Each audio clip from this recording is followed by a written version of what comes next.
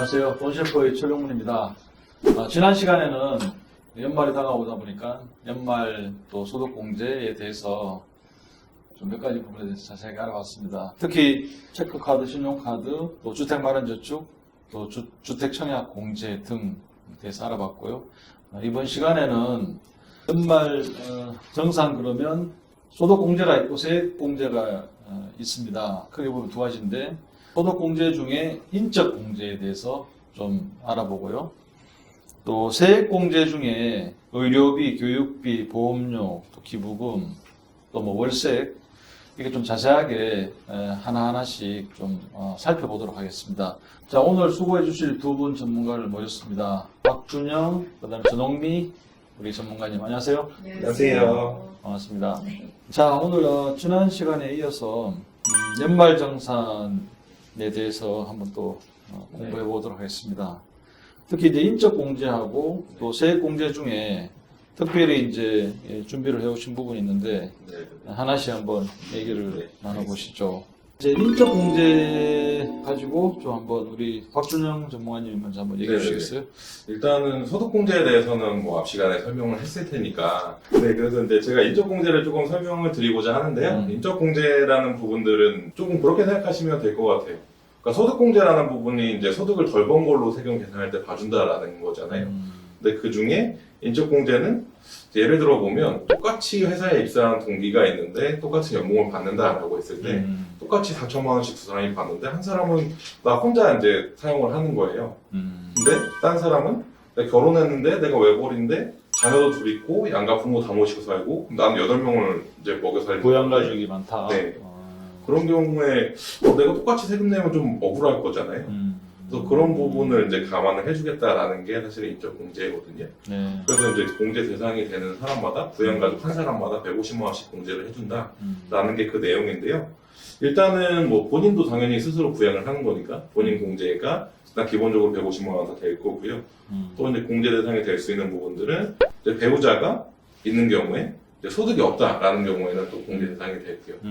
근데 사실 여기 다 이제 전반적으로 소득에 대한 어떤 그런 기준들이 들어가게 되는데요. 이제 기본적으로 소득이 없다라고 보시면 되고요. 소득이 있는 경우에는 뭐 소득금액 기준으로는 연간 100만 원 정도. 그러니까 근로소득만 따졌을 때는 연으로 따졌을 때 한 500만 원 정도가 안 돼야 되는 부분이거든요. 그렇기 때문에 이제 거의 소득이 없다라고 보시면 맞을 것 같고요. 또 이제 나이로는 만 60세 이상이거나 만 20세 이하의 경우에만 이제 공제 대상이 될 수가 있는 거죠. 직계 존속이라서 뭐 부모님이거나 아니면 자녀거나 또 내가 형제자매를 뭐 부양을 해야 된다거나 하는 경우들에 이제 나이 조건이 맞고 소득이 없다라는 경우에는 이제 부양가족으로 등록을 할 수가 있게 되는 거고요. 아, 부양가족도 네. 이게 연령으로 딱 끝내요? 네.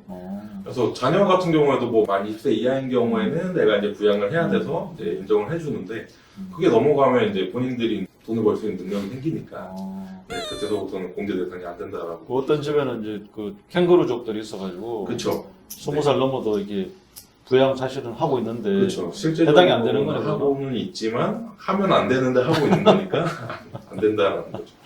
예. 네, 그래서 이제 그 내용들이 기본 공제의 내용들이고요. 또 본인, 배우자, 부양가족에 대해서 이렇게 연간 인당 150만 원씩 공제를 해준다라는. 그러니까 세 개 다 한도가 150이네요. 네, 그러니까 무조건 인당 150이라고 보시면 돼요. 그렇게 보시면 되고요. 그리고 여기 또 추가 공제라는 내용들이 있는데요. 네. 그러니까 여기 부양가족이 되는 사람들 중에 조건이 맞으면 추가적으로 또 공제를 해준다라는 부분들이 있거든요. 그래서 뭐 부모님이 만 60세 이상이면 공제 대상이 되는데 거기에서 여기 또 경로우대 공제라고 해서 만 70세 이상이면 또 의료비나 뭐 들어갈 부분들이 더 많잖아요. 예. 그래서 그런 경우에는 일단 추가로 100만 원씩을 더 공제를 해주겠다라는 내용이 있는 거고요. 그리고 또 장애인 같은 경우에는 또 마찬가지로 비용이 들어갈 부분들이 실제로 또 많잖아요. 네. 그렇기 때문에 장애인 같은 경우에는 인당 200만 원. 그리고 이제 근로자 본인이 또 이제 여성인 경우에 이제 소득 금액이 3천만 원이 안 된다라고 하는 경우에는 이제 결혼한 사람은 이제 남편의 소득이 있고 없고랑 관계없이 공제를 50만 원을 해주고요. 결혼을 안 했지만 내가 이제 또 부양을 해야 되는 내가 세대주다라고 하는 경우에 또 마찬가지로 50만 원을 공제를 받을 수가 있습니다. 이제 분여대 공제라고 하는 부분들이고요. 그리고 이제 마지막으로 추가 공제가 또 되는 부분은 요즘에 또 싱글맘, 싱글데디들도 많잖아요. 그런 경우에는 이제 연 100만 원 정도씩 또 공제를 추가적으로 해준다라는 부분이 있습니다. 추가 공제는 그 4가지 항목이네요. 네, 맞습니다. 경로, 우대, 장애인, 부녀자, 한부모 가족 네. 이렇게 돼 있습니다. 4가지. 인적 공제가 기본 공제와 추가 공제로 나눠져 있고 네. 이렇게 내용 잘 짚어봤습니다. 네. 근데 이제 이렇게 인적 공제 중요한데 기본이 되는 거니까 네. 이제 주의할 점도 있어야 되는 것 같습니다. 그렇죠. 인적 공제 사실 주의할 점은 그 공제 대상을 결국은 헷갈리는 데서 이제 문제가 생기는 부분들이 있거든요. 그래서 일단은 먼저 말씀드릴 점은 일단 무조건 중복 공제는 안 된다라는 점은 꼭 기억을 해주시면 좋을 것 같아요.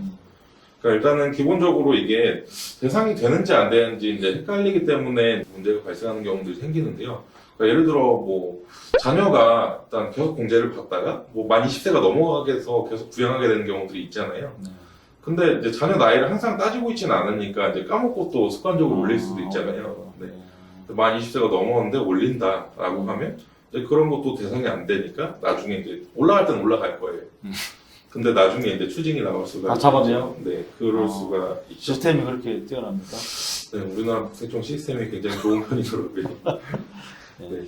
그래서 그런 경우가 있을 수가 있고요. 그리고 소득 금액도 마찬가지로 소득이 발생했는데 이제 뭐 소득 생각 안 하고 이제 또 습관적으로 올리거나 이런 경우에는 또 이제 대상이 안 되는데 올라가는 이런 분들 있잖아요. 네, 근데 이제 이게 소득 금액 기준이라서 보니까 실제로 받은 금액 100만 원 기준은 아니고요. 그래서 아까 말씀드린 게 근로소득 기준으로 500만 원이라고 말씀드린 거예요. 근로소득 기준으로 연 네. 토탈 500, 네. 그죠? 그래서 사실 그 부분은 잘 따져보셔야 되는 게 예를 들어 부모님이 소액거를 2, 30만 원씩 받는다라고 하실 경우에 혹시나 이게 해당되게 되면 이제 공제가 안 되는 부분이잖아요. 네. 그래서 내가 공제를 받는 게 나을지 아니면 부모님이 그렇게 하시는 게 나을지 그런 부분을 조금 따져보실 필요가 있어요. 네. 그리고 중복공제가 또 흔히 일어나는 경우들이 이제 예를 들어 뭐 시골에 지금 부모님 얘기하셨잖아요. 시골에 부모님 같은 경우에 또 이제 형제들이 있는데 서로 이제 얘기를 안 하고 본인들이 올리는 경우가 있어요. 그러면 한 사람을 여러 군데 소득에 올린 거니까 그런 경우에는 또 중복공제가 발생할 수가 있죠. 네. 그런 부분들을 좀 주의하시면 좋을 것 같습니다. 네. 소득공제, 인적공제에 대해서는 이 정도로 하고요. 자, 이제 좀 복잡한 게 이제 세액공제 부분 같습니다. 특히 이제 세액공제 중에 물론 뭐 이렇게 사이즈가 이렇게 크다고는 볼 수 없는데 비중으로 보면 그런데 이제 직접 좀 이렇게 잘 챙겨봐야 할 것들이 있습니다. 어떤 것들이 있습니까? 네, 일단 뭐 항목도로는 의료비가 있을 수 있고요. 네. 뭐 교육비 부분이나 아니면 뭐 보험료나 뭐 아니면 뭐 연금 내는 것도 공제가 될 수가 있고요. 기부금이나 월세 세액 공제 같은 것들도 있을 수 있고. 근데 뭐 연금 같은 경우에는 또 이제 더 자세하게 설명드릴 시간이 또 있으니까요. 네네. 그거 아마 제외하고 설명을 드리게 될 것 같습니다. 네, 좋습니다. 그러면 의료비부터 한번 볼게요. 의료비도 뭐 본인 의료비만 해당이 되는지 아니면 부양가족 아까 뭐 수입이 없는 배우자부터 해가지고 부양가족 의료비까지 다 커버가 되는지 한도는 어떻게 되는지 좀 궁금한데 의료비부터 먼저 한번 말씀해 주시죠. 네, 의료비 같은 경우에는 이제 저희가 연간 사용한 의료비를 또 그것을 세액공제 혜택을 주겠다라는 얘기인데요. 네. 실비로 청구한 것 외에 총 급여액 3% 이상을 사용한 금액부터 세액공제가 들어가게 됩니다. 그래서 대부분 한 사람으로 몰아서 공제를 받는 경우가 대부분이고요. 본인 세액공제에는 한도가 없이 15% 세액공제 혜택을 받을 수 있고 나머지 기본공제 대상자를 위해서 해당 근로소득자가 부담한 의료비에 대해서는 나머지는 700만 원 한도에서 15% 세액공제 혜택을 받을 수 있습니다. 그래서 만약에 인적공제 대상자에 등록되지 못했다고 하더라도 기본공제 대상자는 나이나 소득 제한을 받지 않기 때문에 의료비 세액공제 혜택은 받을 수 있습니다. 그런데 여기서 좀 주의해야 될 사항은 인적공제 대상자로 만약에 등록이 되어 있다면 부양가족으로 올린 당사자만이 의료비 세액공제 혜택을 받을 수 있기 때문에 그 부분에 대해서 좀 주의를 기울여서 세액공제 혜택을 받을 수 있으면 좋겠습니다. 여기 좀 이제 주목되는 부분이 본인은 세액공제 한도가 없습니까 의료비에? 네. 그렇죠. 네. 그리고 한 가지 조금 보충 설명을 드리자라고 한다면 지금 아까 얘기한 내용 중에 인적공제 대상자로 등록한 경우에 뭐 부양가족 올린 당사자만이 의료 세액 공제를 받을 수 있다. 뭐 이렇게 되어 있는데 말이 좀 어려운데요. 네. 이게 무슨 얘기냐면 예를 들어 자녀가 있는데요. 자녀가 아파서 병원 가서 의료비를 쓸 수가 있잖아요. 네. 근데 이제 부부가 맞벌이인데 예를 들어 남편 쪽에 올렸어요. 음. 남편 쪽에 올렸는데 뭐 의료비를 그냥 이제 부인이 데리고 가서 의료비를 결제를 했습니다. 그런 경우에는 공제 대상자를 올린 사람이 남편 이름이기 때문에 그건 의료비를 청구할 수가 없다라는 얘기예요. 그러니까 공제 대상과 의료비를 사용하는 그 경우는 사실 일치하도록 잘 맞춰줘야 그래서 공제를 잘 받으실 수가 있어요. 남편 카드로 해야 되는 거네. 그렇죠, 맞습니다. 아니면 의료비를 부인 카드로 긁었다라고 한다면 공제 대상 자체도 아예 이제 부인 쪽으로 해서 올려야 그게 이제 가능한 부분이 되는 거죠. 전 시간에 이제 신용카드 공제 부분 네. 얘기할 때 네. 중복되는 부분이 있었어요. 네, 네, 의료비도 맞습니다. 뭐 중복되기도 하고 그러던데 병원 네. 가서 카드로 긁으면 의료비 공제가 되고 네, 또 신용카드도 네 맞습니다. 공제를 해주고. 그러니까 사실 중복되는 부분이 많지는 않은데요. 의료비 같은 경우에는 조금 특수해요. 사실은 세액공제 항목들 중에 왜냐면 워낙 이제 액수도 크고 이렇기 때문에 네. 그래서 이제 그 의료비 같은 경우에는 중복 공제도 인정을 해주는 부분이 있는 거고요. 네. 그래서 이제 부양가족으로 꼭 등재가 되지 않더라도 음. 가족인 경우에는 사용한 경우에는 또 이렇게 혜택을 주는 경우들이 있습니다. 네. 그리고 의료비 공제 시 연령 및 소득에 제한이 없다는 말은 네. 어떤 뜻으로 봐야 돼요? 앞서 말씀드렸다시피 연령이나 소득 금액 요건을 충족하지 못해서 인적공제를 받지 못하더라도 의료비 세액공제 부분에 의해서는 거기서는 제한이 없기 때문에 생계를 갖지 않은 부양가족을 위해서 제출한 의료비는 세액공제 혜택을 받을 수 있다라는 뜻입니다. 네. 이 부분도 네. 잘 활용을 하면 좋겠네요. 그래서 사실 이제 요건이 총 급여액의 3% 이상을 넘어야 되다 보니까 사실은 생각보다 큰 금액을 지출을 해야 되는 부분이거든요. 연봉이 예를 들어 7천이면 그쵸. 30, 20, 210만 원이네요. 그렇죠. 네. 1년에 210만 원 이상 병원비를 써야 되는 거잖아요. 뭐 만약에 다 건강하다라고 하면 쉽지 않은 금액이거든요. 여기서 한번 질문. 그러면 210만 원 지출을 했어. 네. 네. 한 5% 해서 한 350만 원 지출했어요. 네. 근데 의료보험 통해서 내가 개인적으로든 이제 개인 보험들 있잖아요. 네, 네, 암보험이라든지 건강보험 통해서 그거는 보험회사에서 받았어. 네. 근데 내가 병원에서 지출은 내 카드로 했어. 내 카드 지출 이 기준이죠. 이거 개인이든 보험에서 뭐 이렇게 뭐 보험금으로 받는 거는 상관없이 내가 하여튼 지출한 이거 기준으로 지금 얘기하는 네, 거죠. 사실 일단은 지출한 기준으로 보는 게 맞는데요. 그 경우에 이제 진단금이나 이런 경우들은 사실은 이제 그런 경우는 해당이 안 되고, 근데 이제 실손 의료비 청구한 부분 있잖아요. 네. 그 부분은 내가 지출하지 않은 걸로 봐요. 그것도 뺍니까? 네. 근데 예전에는 사실 시스템이 잘 안 갖춰져 있기 때문에 잘 모르기 때문에 일단은 다 올려서 공제를 받고 했었거든요. 실손 그 보상 부분이 큰데 사실은. 네. 근데 이제 여기 이제 세금을 공제해 주는 기준이 내가 실제로 지출한 부분에 대해서 공제를 해 주는 거기 때문에 아, 그 부분은 지출하지 않았다라고 보고 아주 스마트해졌네. 그래서 이제 시스템이 좋아졌다라고 말씀드렸잖아요. 네. 그래서 다 넘어가는 모양이더라고요, 저희가. 그래서. 그렇네요. 네. 사실 병원 치료 받아보면 예를 들어 한 500만 원 들 거를 실손 보상해서 이제 거의 다 해주고 네. 뭐 미미한 부분은 네, 개인이 맞습니다. 이제 결제하는데 그런 부분이 네. 아주 이제 다 시스템으로 네, 맞습니다. 이렇게 파악이 된다는 거구나. 네. 그러면 진짜 3% 채우는 것도 만만치는 않아. 맞아요. 네. 그래서 이제 가족 중에 그래서 좀 전략적으로 사용하시면 좋은 게 그래서 한 사람 이름으로 결제하는 게 좋다라고 말씀을 드리는 거예요. 3% 채우는 게 어렵기 때문에 이게 공제 대상이 안 되더라도 생계를 같이 하면 이제 이게 대상이 될 수가 있기 때문에 네네. 한 사람을 정해서 그 사람으로 의료비 지출하는 게 좋다라고 좋습니다. 예.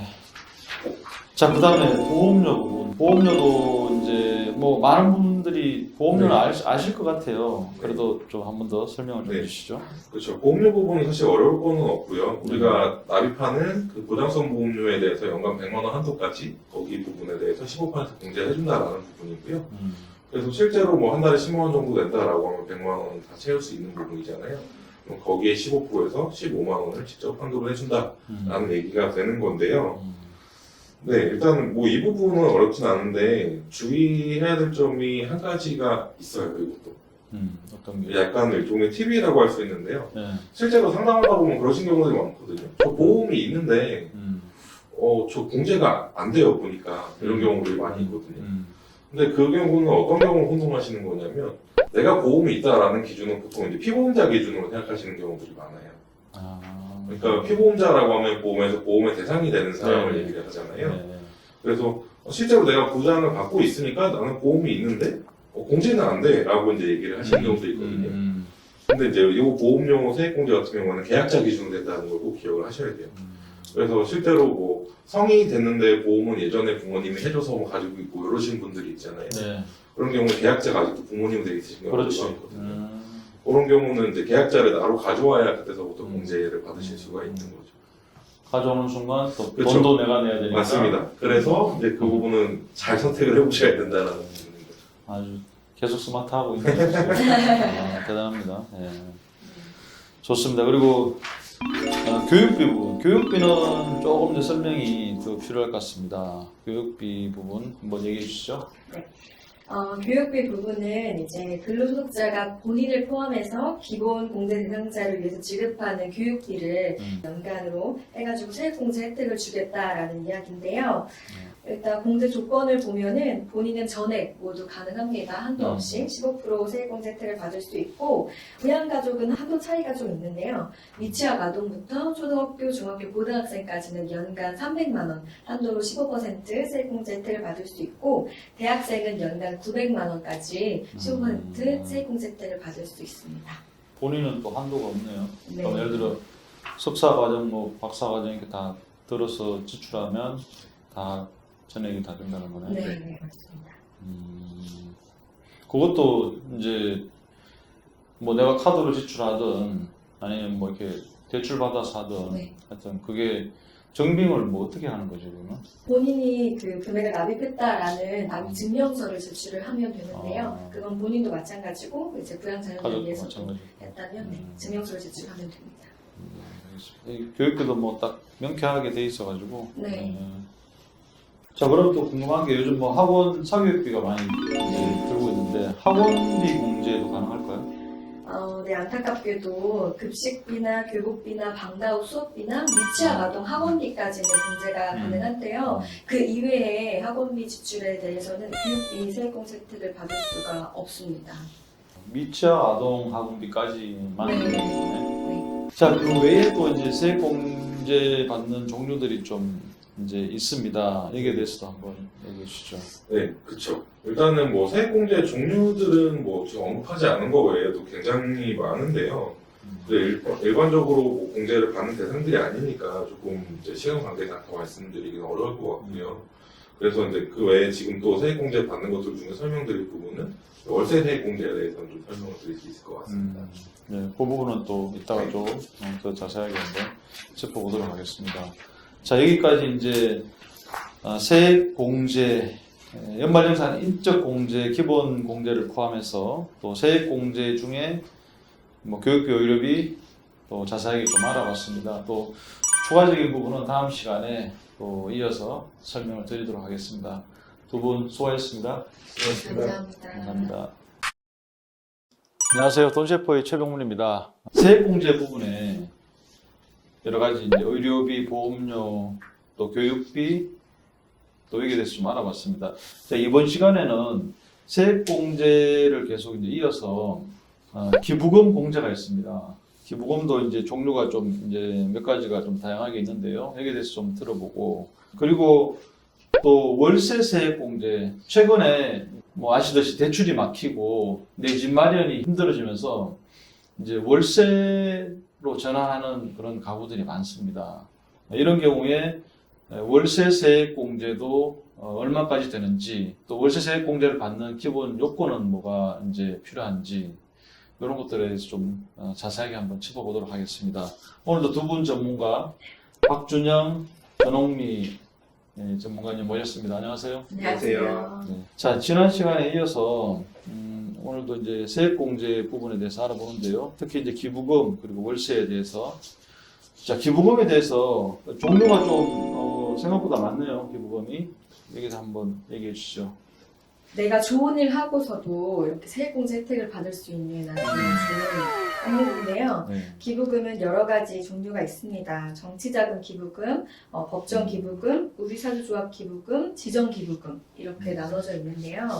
제일 많이 해당되는 게 이제 지정기부금 중에 종교단체 기부금, 뭐 종교단체 외 기부금인데요.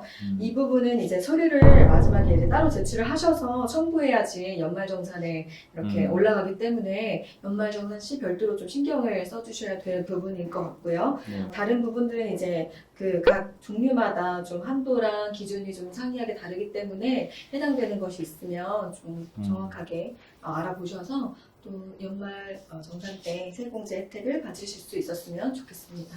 종교단체 기부금은 서류를 따로 이제 첨부해야 되는 거고, 그죠? 네. 그러니까 종교단체 외에는 보니까 이게 이제 거기서도 이제 신고하니까 네, 맞습니다. 구세청이 이게 올라가서 같이 이제 취합이 되는 것 같더라고요. 네, 맞아요. 스마트한 구세청. 네. 놓치지 않고. 자, 그리고 그럼 이제 월세 부분으로 넘어갔어요. 네. 그래서 월세 세액 공제 조건부터 해서 또 안 되는 분들은 또 뭐 어떻게 뭐 월세는 내긴 내는데 어떻게 또 뭐 다른 혜택을 준비해야 되는지 이런 부분에 좀 말씀을 좀 해주시죠. 네. 아까 대표님이 이제 배경 설명을 쭉 해주셨었는데요. 사실 월세가 늘어나고 있는 현상들이 있거든요, 확실히. 근데 그 부분에서 조금 하나 추가해서 말씀드리면 사실 부동산 3법 많이 들어보셨잖아요. 요즘 많이 이슈가 됐었고. 근데 그 중에 이제 마지막으로 시행된 게 전월세 신고제예요. 그게 이제 올해 6월부터 신고가 됐는데요. 그게 내용이 어떤 거냐면 원래 기존에는 이제 임대차 계약을 하면 이제 둘이 만나서 계약을 하면 되는 부분인데 그 계약한 내용을 이제 임대인이 신고를 해야 돼요. 계약한 내용. 그렇기 때문에 기존에는 그래서 월세 세액공제나 이런 것들을 실제로 못 받거나 아니면 집주인이 이거 나쁜 거지만 뭐 이제 내가 세금을 그만큼 신고 안 할 거니까 하지 마라 뭐 이런 식으로 얘기할 수도 있었던 부분이 있거든요. 그래서 월세 세액공제를 못 받거나 이런 부분이 있을 수 있었는데 이제 그게 지금 원천적으로 불가한 사항이 돼서 그래서 아마 월세 세액공제에 관련된 부분들도 조금 관심이 더 많아지실 것 같아요. 그런 부분들이 있기 때문에 월세 세액공제를 지금 조금 따로 빼놓고 더 말씀을 드리려고 하는 부분들인데요.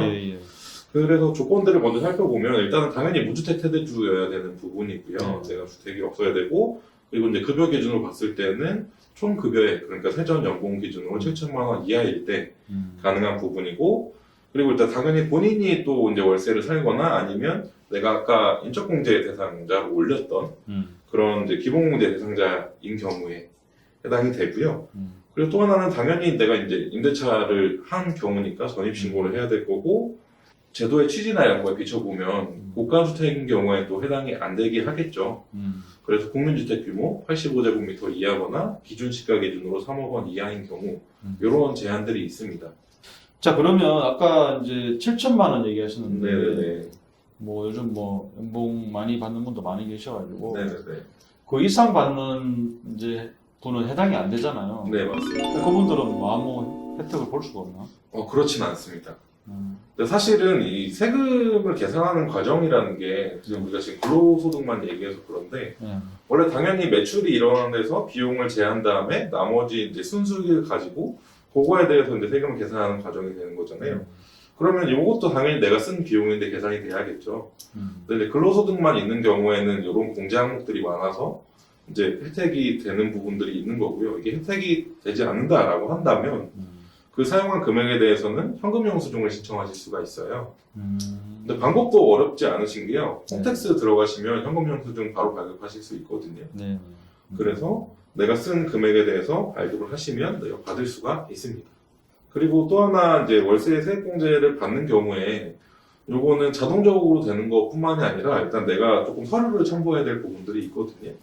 그래서 내 등본이랑 월세 계약서 있잖아요. 그거 사본이랑 그리고 월세를 이제 내가 냈다는 증명이 돼야 되잖아요. 그래서 월세 이체 영수증 이런 부분들을 이제 같이 첨부해서 연말정산 시에 제출을 해야 됩니다. 또 현금 영수증 이제 방법은 아까 홈택스에서 이게 발급하면 되는 거네. 그쵸. 네, 맞습니다.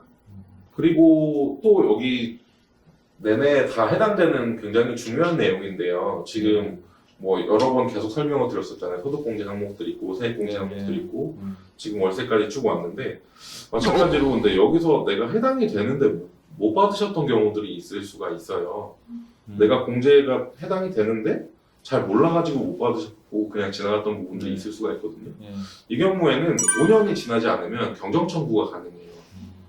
그래서 내가 받았는데 못 받은 부분에 대해서는 국세청에 홈택스에서 또 경정 청구를 신청을 하시면 그러면 최근 5년 거는 이제 받으실 수가 있거든요, 다시. 네. 그 부분은 꼭 기억하시면 도움이 많이 되실 거거든요. 자, 이제 여기까지 우리가 뭐 앞편하고 다 같이 이제 정리해서 말씀드리면, 기본 이게 이제 근로자들이 연말 정산하는 거, 이 원천정수 영수증에서 이제 시작하잖아요. 네. 내 소득이 정해지고, 네. 이제 근로자분들이 네. 질문을 하고 이렇게 좀 컨설팅을 이제 요구하실 때 네. 해보시니까 어때요? 이게 소득이 높은 분들이 소득공제를 많이 받아요? 아니면 소득이 좀 이렇게 낮은 분들, 뭐 과장, 대리, 네. 뭐 이런 분들이 소득공제를 많이 받는 것 같아요? 어떤 것 같아요? 사실 우리 인생의 진리가 있잖아요. 항상 중간은 가야 좋다라고 이제 얘기를 하잖아요. 마찬가지로 소득도 아예 낮거나 너무 높거나 하면 사실 공제로 따질 게 사실 별로 없어요. 왜냐면 소득공제 조건들 지금 계속 설명을 드렸지만 조건 자체가 소득 기준이 다 보통은 있죠. 뭐 연봉이 7천이랄지 8천이랄지 뭐 이런 식으로 다 있잖아요. 그렇기 때문에 그 연봉이 넘어가게 되면 혜택을 받는 금액이 줄어든다라는 얘기죠. 그래서 사실은 이제 연봉이 기준 이상을 넘어가게 된다. 뭐 이제 보통 억대 연봉으로 표현을 하잖아요. 그 정도 이상 가시는 분들은 사실은 소득공제나 세액공제를 해서 챙길 것들이 사실 많이는 없다라고 보시는 게 좋을 것 같아요. 그리고 반대로 아직 소득 금액이 적다. 내가 2천에서 3천 이하다라고 한다면 그 경우에도 네, 아직은 뭐 세액 자체가 많지 않기 때문에 거기서 효과가 크지는 않거든요. 근데 이제 그 중간에 있으신 분들은 이제 이런 부분들을 얼마나 신경 쓰느냐에 따라서 차이가 많이 생길 수가 있는 거고요. 네. 그래서 소득공제 항목들이 어떤 것들이 있는지, 세액공제 항목들이 어떤 것들이 있는지 이런 부분들에 대해서 신경을 쓰고 안 쓰고는 사실은 제가 보기에는 경험적으로 연간 뭐 세금이 줄거나 이런 부분에 따라서는 100만 원, 200만 원 이상 차이씩은 날 수가 있거든요. 그렇죠. 네. 그러면 뭐 10년이면 1000만 원, 2000만 원 이상 차이가 날 수 있는 거니까. 연말정산 잘하는 것만 해도 뭐 제2의 월급 그래가지고 네, 맞습니다. 2월달 급여에 포함돼서 나오죠. 네, 맞습니다. 예. 혹시 또 연말정산 뭐 관련해서 소득공제, 세액공제 관련해서 추가로 혹시 뭐 팁이나 또 언급해 주실 부분 있습니까? 추가로 말씀드릴 부분은 사실은 없고요. 네. 그냥 강조드리고 싶은 말씀을 조금 드리면 네. 지금 계속 강조를 드렸지만 이게 진짜 아무것도 아니라고 생각하실 수도 있어요. 그리고 우리 또 관심을 굉장히 이제 시즌이 되면 많이 갖게 돼요. 또 연말이 되면 이제 관심을 가졌다가 사람이 또 닥쳐야 그게 이제 내가 느껴지잖아요. 그래서 연말부터 한 1월 정도까지 관심을 가지시다가 하고 나면 또 까먹는 거예요. 그리고 이제 내년 초 되면 또 관심을 가졌다 이렇게 되시는데 사실은 이거는 1월부터 신경을 써야지 맞는 거거든요. 그때는 이제 세금이 계산이 되는 것 뿐이지 그때가 바꿀 수 있는 건 없어요. 그래서 이제 지금 저희도 방송을 드리고 있지만 조금 미리미리 신경을 쓰시는 게 더 좋을 것 같습니다. 맞아요. 아까 이제 앞서 시간에도 이제 그런 멘트를 해주셨는데 홈택스 들어가면 1, 9월 내가 신용카드 쓴 이제 내역들이 쫙 나오거든요. 이게 꼭 카드사마다 다 일일이 조회 안 해도 들어가면 되니까 거기서 내 총 사용액을 보고 신용카드 소득공제되는 부분을 한도를 확인하고 아직 이제 여분이 남아 있으면 지금 뭐 10월 달은 지났고 11, 12 두 달이 있으니까 그때 이제 신용카드를 좀 이렇게 거기에 맞춰서 좀 사용한다든지 그런 계획도 세우는 것도 이제 좋다라고 네. 팁을 주시더라고요. 맞습니다. 자, 저희는 이제 근로자의 제2의 급여라고까지 이제 얘기하는 연말정산에 대해서 이제 알아봤는데요. 저도 이제 근로자 생활을 해봤기 때문에 누구는 뭐 환급이 많이 받는 사람, 누구는 뭐 오히려 더 이제 내야 되는 사람 세금을 이런 사람도 있고 한데 그에 따라 좀 이게 희비가 좀 달라지더라고요. 네. 잘 준비해서 하나하나 좀 꼼꼼하게 혜택 받을 수 있는 부분이 나는 어떻게 되는지 조금 더 챙기셔가지고 제2의 소득이 급여가 될 수 있도록 여러분들도 한번 잘 좀 챙겨보시면 좋을 것 같습니다. 자, 오늘까지 해서 연말정산 소득공제 부분에 대해서 얘기를 다뤄봤습니다. 시청해 주셔서 감사드립니다. 오늘 수고해 주신 두 분 전문가 감사드립니다. 감사합니다. 감사합니다. 네.